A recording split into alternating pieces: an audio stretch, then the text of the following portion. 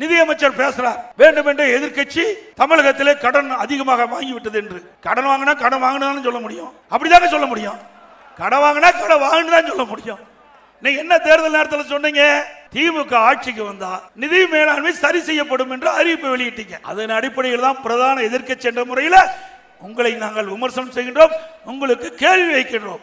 நீங்க நிதி மேலாண்மை குழு அமைக்கப்படுறீங்க, குழு அமைச்சீங்க.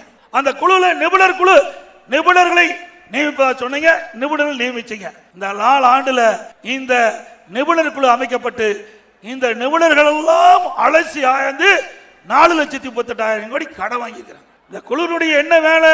இந்த குழுனுடைய பணி நிதி மேலாண்மை சரி செய்யும். அதாவது ஏற்கனவே இருக்கிற கடனை குறைக்க வேணும், வருவாயை பெருக்க வேணும்.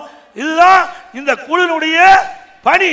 அதற்கு மாறா கடன் வாங்குறதுக்கு தான் இந்த குழுவை திரு ஸ்டாலின் அமைச்சிருக்கிறார். 4,38,000 கோடி 4 ஆண்டுகளை கடன் வாங்கியிருக்கிறார். இன்னும் ஓராண்டு எஞ்சி இருக்கிறது, 25, 26 இந்த ஆண்டு. இதுல 1 லட்சம் கோடி கடன் வாங்குவதாக திட்டமிட்டு இருப்பதாக தகவல். ஆக திராவிட முன்னேற்ற கழகம் 5 ஆண்டு காலம் நிறைவு பெறுகின்ற பொழுது 5,38,000 கோடி கடன் வாங்கி இங்க இருக்கிற அத்தனை பேர் தமிழ்நாட்டில் இருக்கிற 8 கோடி மக்கள் மீதும் கடனை சுமத்திட்டு போயிட்டாங்க.